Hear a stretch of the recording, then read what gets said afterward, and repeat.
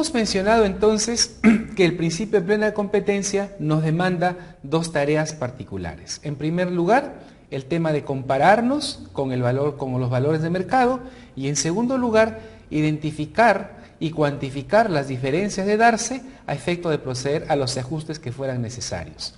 Para el tema de comparar, debemos revisar y analizar lo que es entonces el análisis de comparabilidad.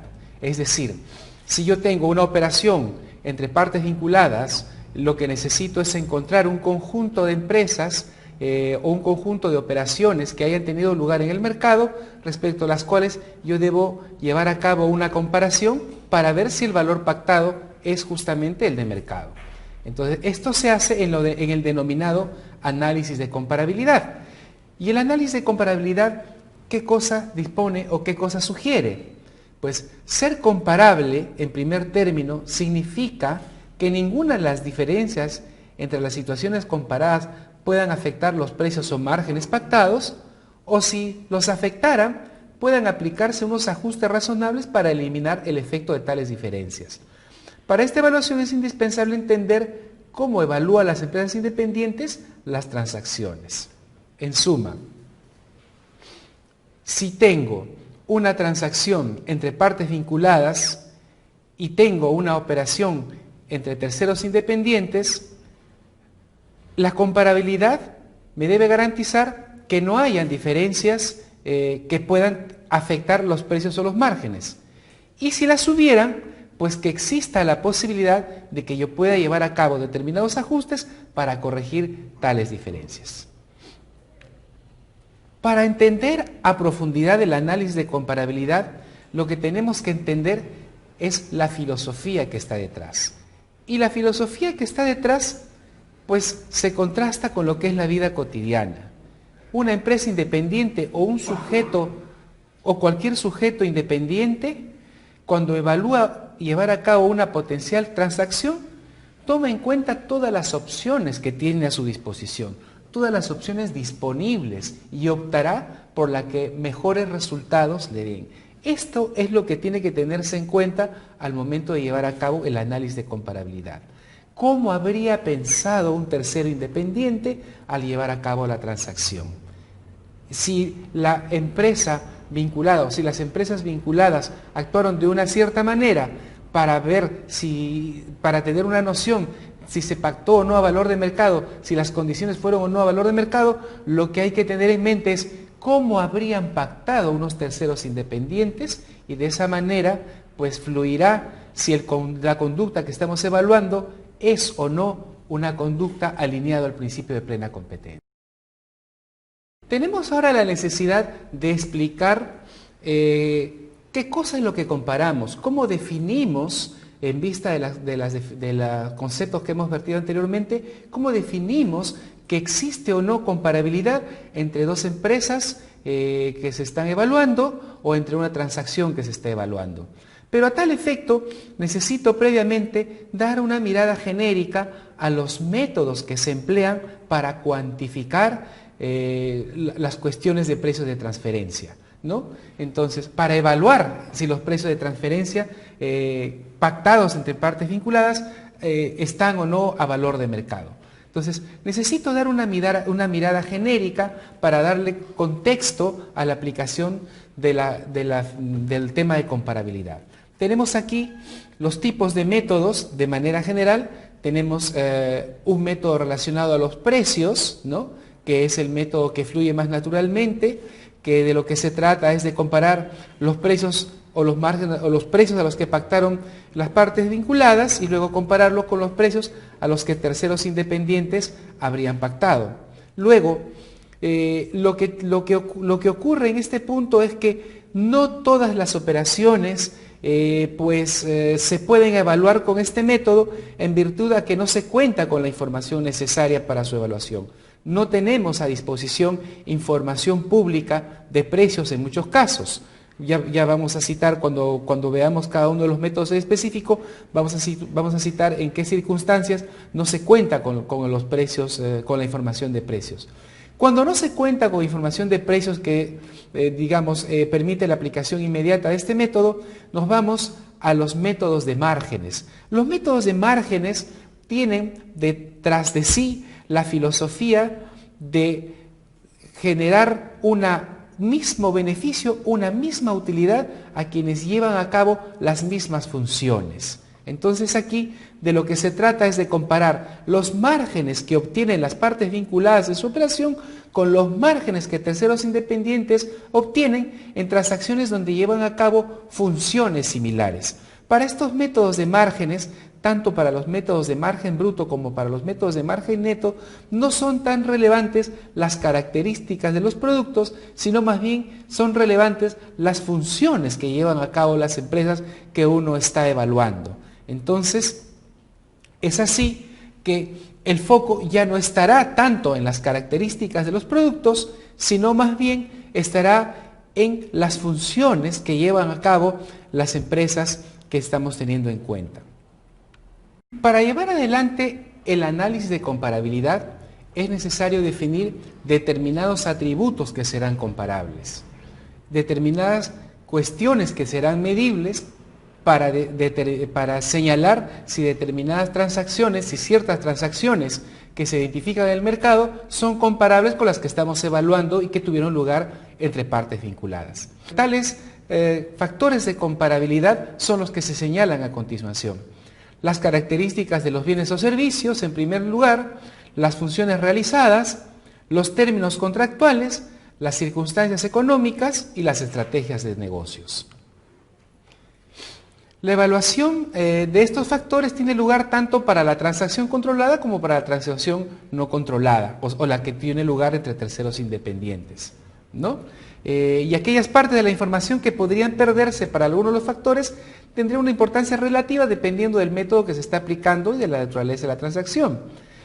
Lo que quiero decir es que determinados factores son más relevantes para algunos métodos que para otros. Es justamente la razón por la cual explicamos en la secuencia anterior las características generales de los métodos de precios de transferencia, a efecto de poder entender cuáles de estos factores son relevantes en uno o en otro método. Las características de los bienes o servicios tendrán naturalmente una mayor relevancia en el primer método, que lo que hace es comparar precios, ¿no? Y tendrán menor relevancia en los métodos de márgenes, en los cuales lo más importante o donde está el mayor énfasis es, como ya hemos señalado, en las funciones que lleva a cabo las empresas que están participando en la transacción. En lo que se refiere a funciones, se lleva a cabo pues el análisis funcional, valga la redundancia, y es lo que es, y se evalúa las actividades económicas significantes que tienen lugar entre terceros independientes para determinar si son las mismas actividades las que se están llevando a cabo entre las partes vinculadas, ¿no? Porque ya hemos señalado que el principio por el que se rige el análisis funcional en lo que se refiere a los métodos de márgenes, pues es uno en el cual señala que a iguales funciones se esperan iguales beneficios. Entonces, en consecuencia, este análisis funcional tiene la mayor relevancia en los métodos de márgenes, ¿no? Los términos contractuales. Cuando hablamos de términos contractuales, hay que hacer aquí una explicación previa de la mayor relevancia. En los contratos se definen las responsabilidades, los riesgos y beneficios de las partes contratantes. Cuando estamos hablando de empresas vinculadas, regularmente el tratamiento de los contratos no suele ser el mismo que tiene lugar entre partes independientes. Entre partes independientes, siendo que los intereses son encontrados, ambas partes están preocupadas porque cada una de las cláusulas de los contratos se cumplan, porque en cada una de esas cláusulas están garantizados los intereses que éstas tienen. Es así que cuando determinada cláusula no es cumplida por alguna de las partes, la otra parte contratante lo que hará es inmediatamente pues un reclamo o procurará que la otra parte no se aparte de lo que está previsto en el contrato. Si se tiene la necesidad de cambiar alguna cláusula de los contratos, pues este cambio se hará de mutuo acuerdo y si las dos partes llegan a un consenso en que es necesario o es útil cambiar determinado punto del contrato. Entre partes vinculadas, esta dinámica no tiene lugar, porque ya hemos dicho que los intereses no son disímiles, sino corresponden a un único interés. En consecuencia, muchas veces lo que ocurre en la práctica es que las partes vinculadas al momento de llevar sus transacciones se apartan de lo que está señalado en los contratos. Porque ninguno de los dos tiene, tiene de por medio algún específico interés en preservar lo que sea previsto en el contrato, toda vez que el interés en el que están operando es común. Incluso pudieran acordar cosas fuera del contrato que finalmente no se plasmen en una adenda. Esta circunstancia hace que cuando se evalúen tales situaciones, no solamente haya que verificar lo que señala el contrato, sino lo que tuvo lugar realmente en la práctica. ¿Qué es lo que realmente se hizo en la práctica y si esa conducta es o no de mercado? Otro de los factores de comparabilidad de la mayor relevancia es el tema de las circunstancias económicas. Las circunstancias económicas o de entorno en el que se llevan a cabo las transacciones también deben ser en lo posible comparables. Las circunstancias económicas en las que tuvo lugar la transacción entre partes vinculadas deberían tener el mismo nivel de comparabilidad de las circunstancias económicas en las que se llevaron a cabo las operaciones entre partes independientes.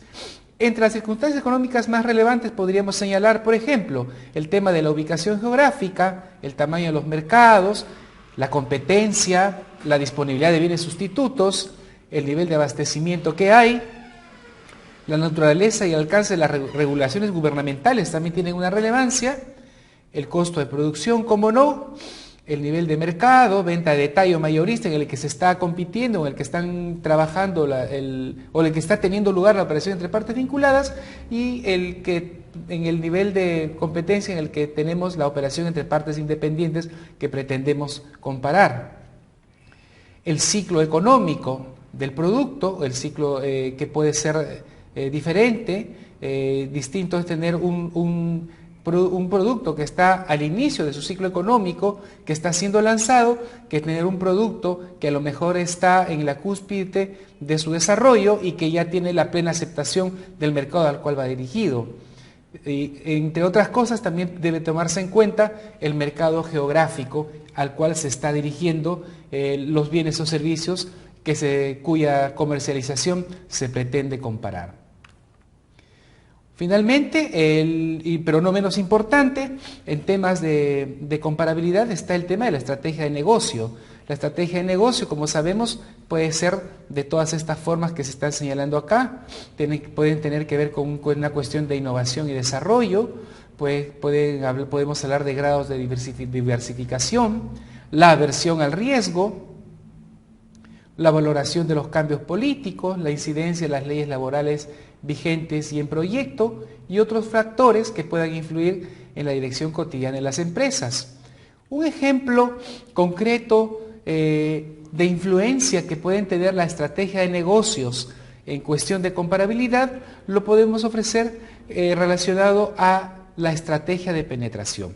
En una estrategia de penetración, una determinada empresa podría renunciar a utilidades presentes a efecto de pronto penetrar en un mercado, lograr mayor número de clientes al inicio de la venta de un determinado bien o servicio.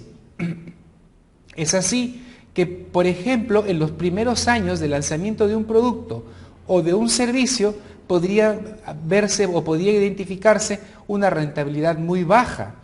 Sin embargo, esto tiene un determinado límite.